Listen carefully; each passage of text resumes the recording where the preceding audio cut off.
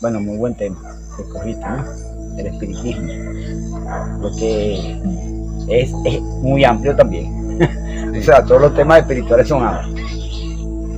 Porque al hablar de espiritismo, mucho se le irá a la mente nuestros ancestros, porque obviamente el espiritismo fue practicado desde nuestros ancestros, de quién sabe cuánto tiempo atrás.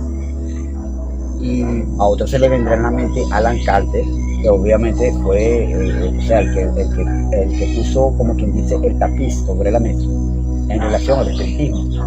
Dejó mucho que aprender, investigó mucho de eventos paranormales, eventos ya a nivel espiritistas, sesiones espiritistas, entre otras cosas, entre muchas cosas, muchos libros y mucha información. Y allí en adelante vino esa ramificación de lo que es el espiritismo a nivel mundial, porque hay muchas ramas que quizás no conozcamos.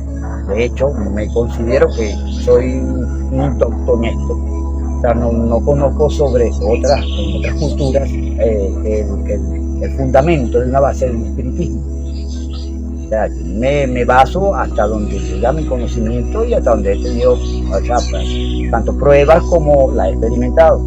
Pero ya a nivel de otras civilizaciones, de otras culturas, el espiritismo existe.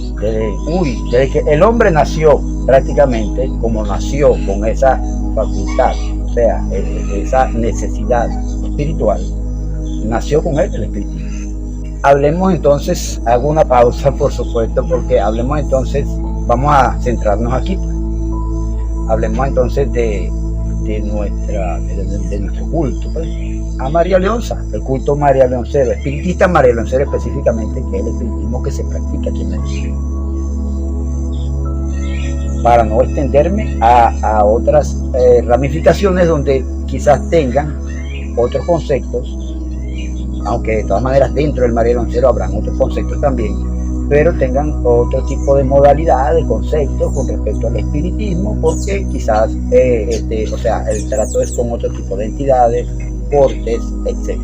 Como nosotros aquí nos podemos centrar en este momento en el María Leoncero. El espiritismo, o sea, tiene que haber obviamente que una respuesta para tu pregunta, pero el espiritismo, como muchos piensan entre comillas que nacen heredando ser espíritus,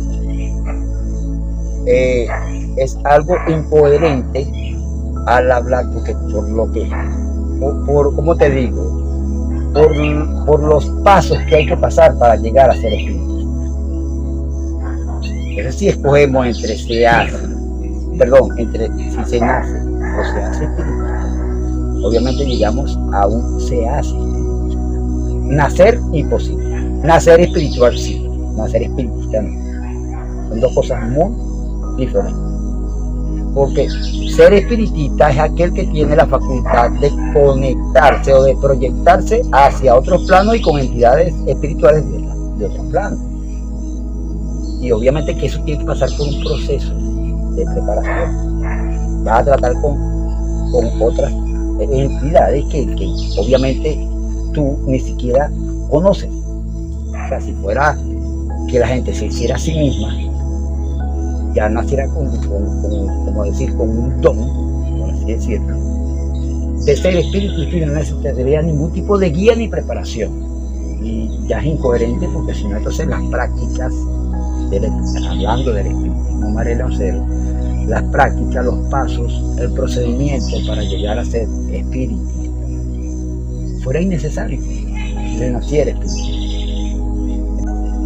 que está muy por encima de nosotros, y que existen infinidad de no sé, planos, ¿cómo te digo?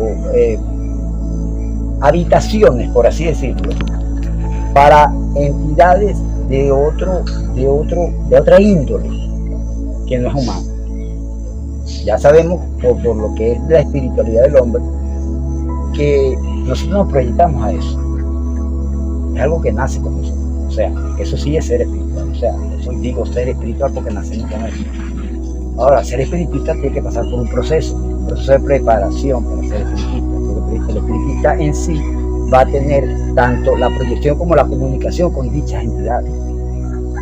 Obvio. Obvio. Es más, en la vida siempre necesitamos un guía. Todos nacemos, lo primero que hacemos es gatear, después caminamos y después corremos. Lo que pasa es que ahora, o sea, como tú dices, se han desatado tantas cosas en las redes sociales, que ahora la gente cree que nace volando. O sea, ni gatearon, ni caminaron, ni corrieron, nacen volando. O sea, automático. Entonces, porque se fumen un tabaco, prendan una velita, se sepan 3, 4 oraciones y hagan un conjuro, qué sé yo, cualquier cosa, son espiritistas y se proclaman como tal. Y nunca tuvieron un guía. Tú le preguntas quién te desarrolló y vamos a ver tu desarrollo. Y en el desarrollo hay muchas cosas que hay que ver dentro de eso para ver hasta dónde está la persona en ese campo. Y precisamente estamos centrándonos en lo que es el espiritismo marianoceno, no escapándonos a otras ramas. Pues, tú sabes que yo soy practicante, o sea, yo soy iniciado por 3 ramas, por allí fueron mis raíces. Y me gusta mucho este tema, precisamente porque el espiritismo para mí fueron, como decir, mis primeros pasos. Y fue, o sea, de donde vino mi primera sed de averiguación con respecto a seres que no conocía en ese momento. O sea, fue como uno de mis impulsos. Ya ves, yo te lo diré, eso sí salen del espíritu del alma, más la guía espiritual que a uno lo conduce hasta allí. Con respecto a la preparación, son una serie de pasos que, como te dije, varían de un lugar a otro, ¿no? Pero siempre van en una misma esencia. Te diré que la esencia mayor del espiritismo es la naturaleza. Sin la naturaleza no hay espiritismo. Hablando y centrándonos en el espiritismo marianoceno, necesitamos indispensablemente a la naturaleza en su totalidad y a todas las fuerzas que se puedan recoger de la misma. Ahora, la otra base vendrían siendo las entidades espirituales que conforman el culto a nuestra Madre Reina María Luisa. Hay quienes hablan de 21, hay quienes le ponen cifras, como también en cada corte hablan de 10.000 espíritus, no tenemos ni idea. Humana no la tenemos. Y no la vamos a adquirir tampoco ni por mucha proyección espiritual que tengamos. La cifra. Podemos adquirir conocimiento, tenemos que ser honestos con nosotros mismos. Podemos adquirir conocimiento, podemos adquirir facultades, capacidades, infinidad de herramientas de trabajo para ayudar a otras personas mediante el espiritismo y para también, o sea, profesar el culto y llevarlo en alto, que debería de estar en alto, que lamentablemente hay muchas personas que han mancillado de cierta forma el culto. Pero la idea es llevarlo en alto, más alto, y que trascienda a más fronteras todavía, porque de todas maneras el culto marianoceno ha trascendido fronteras fuera del país. Las herramientas son indispensables adquirirlas, las podemos adquirir. Ahora adquirir ya cifras de entidades con las cuales ni siquiera de las mismas entidades cuando materializan. Porque hoy pueden haber como los cálculos que dicen algunos, 10.000 espíritus. Y mañana la recta acepta uno. Hay 10.000. Como también ya hay unos que dejan de trabajar en dicha corte, y también las cortes son muchas más de las que la gente se imagina. Que son, nuestra Madre Reina María Leonza, hay unas que son naturales, de culto, y hay unas que han sido adoptadas por la reina, que no provienen, o sea, no tienen nada que ver con la cultura venezolana.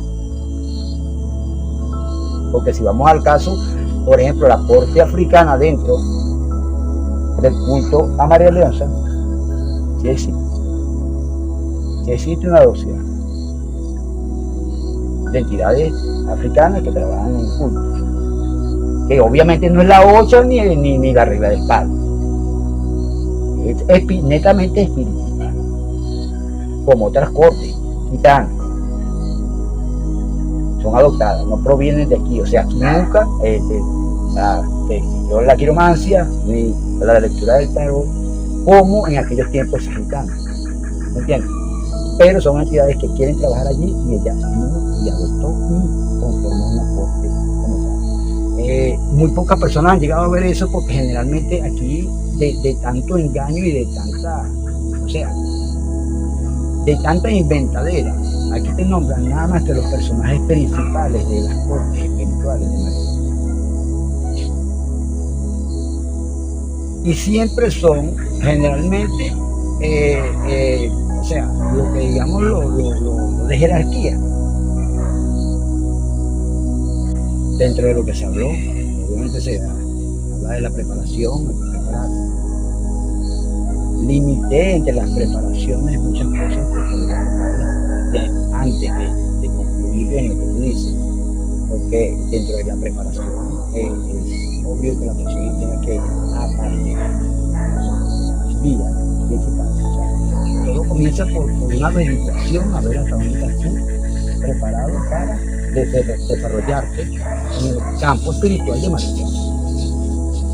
Por ejemplo, si llegas y vas a una materia mayor, de algún altar o de algún centro religioso, donde esa persona lo primero que te hace es un registro general o una consulta, bien sea con el medio que tenga para averiguar, que sea utilizado y que sea dentro de los parámetros del espiritismo.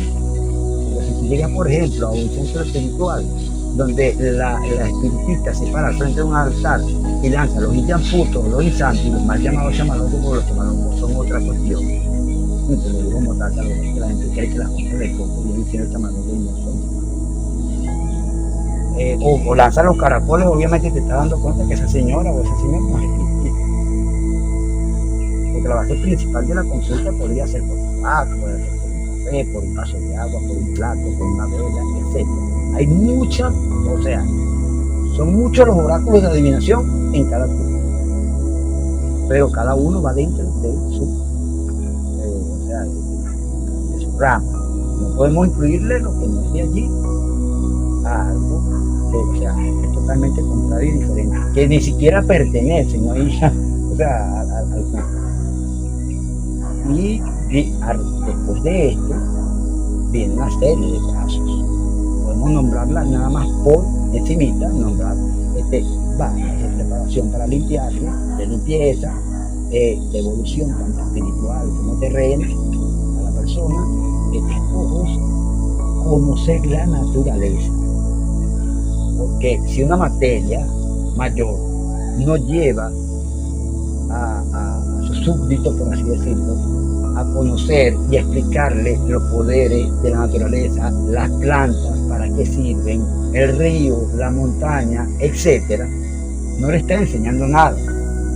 Entonces, para eso busquen 4 paredes y trabajen en cemento, en concreto. Y no utilicen la tierra, no utilicen las aguas, las lluvias.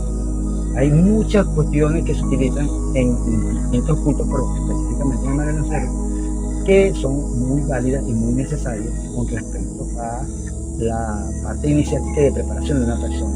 También entran velaciones de distintos tipos, hay de luz, de desarrollo, bueno, canalizaciones, porque llegan a enseñarlo a canalizar, tanto para proyectarse como para proyectar hacia él. Y son cuestiones que son muy necesarias de la preparación, que se me pasó por alto, por lo menos nombrar algunas de esas.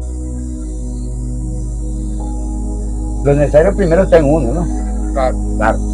Obviamente la persona en sí, y ahí volvemos a lo que es la espiritualidad de la persona, siente por lo que sea, por anhelo, curiosidad, siempre y cuando vaya por un camino recto, porque hay quienes buscan otros intereses y ese no camina.